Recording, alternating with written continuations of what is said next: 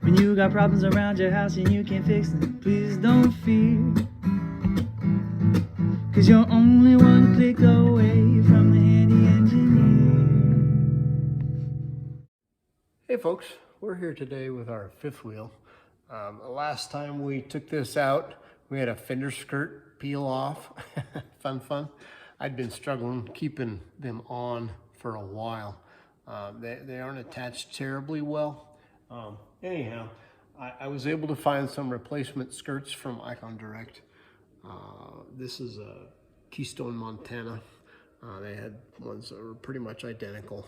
So I ordered a couple of those. I'll probably end up replacing the other side as well. It's doing all right, but probably needs to be replaced as well.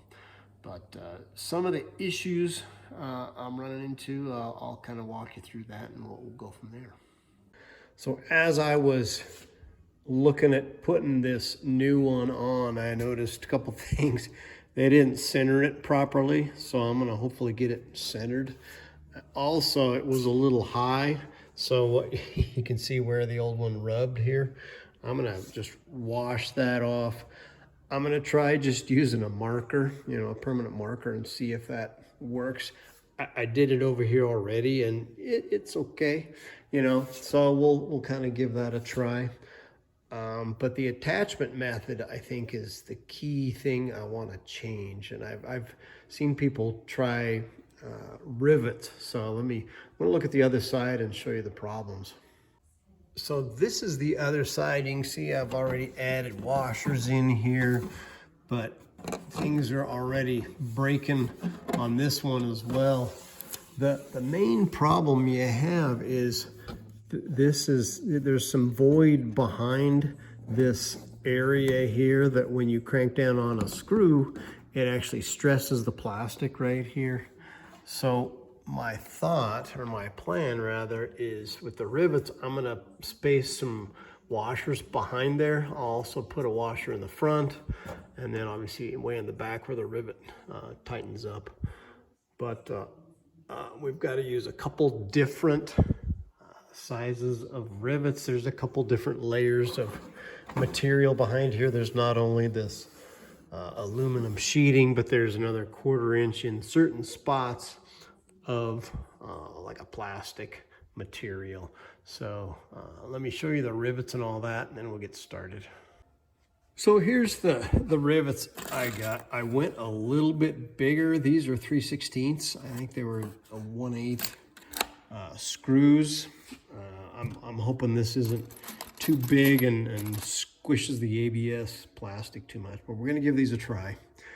And then I bought a whole load of washers because I think it's gonna take probably half a dozen between the back and the front and the in-between to get all the spacing properly done. The other thing I've seen done, and we're gonna give it a try, is using this cap sealant as we go along. It's just gives you a little connectivity other than the rivet there. So we're gonna give all that a try. So it looks like we'll be re-drilling everything and whatnot. So one other thing I want to show you real quick. So trying to locate this where they had it was sitting about right here. The problem is it kicks that end out.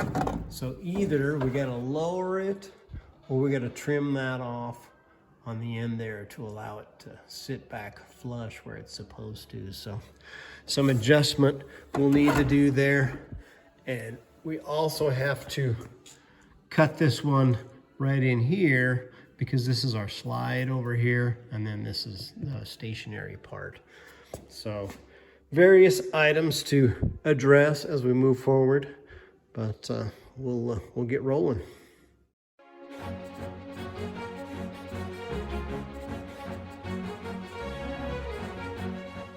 So I've got this marked.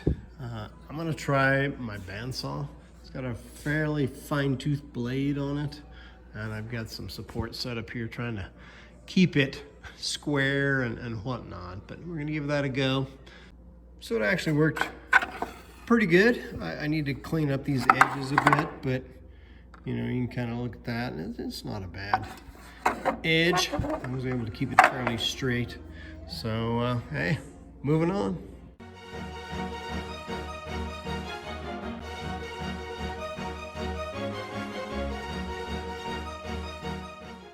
So my game plan is, since we cut off a little bit over here, well, we'll just match this up when the time comes. We'll do that last.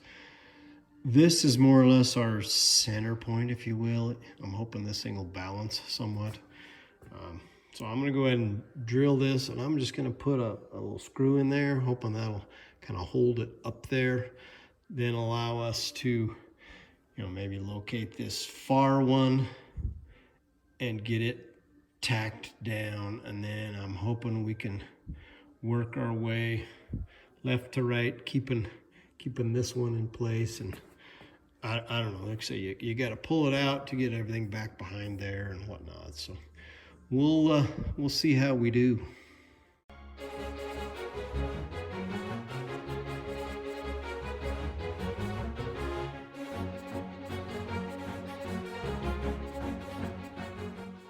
So it's just not quite working where I want to put this. I'm going to put it about right here. So I'm going to just take it back and trim this little extra part. I trimmed it a little more a second ago, but didn't quite get it, and I got to get the saw in there. So we'll get that trimmed, see how we do.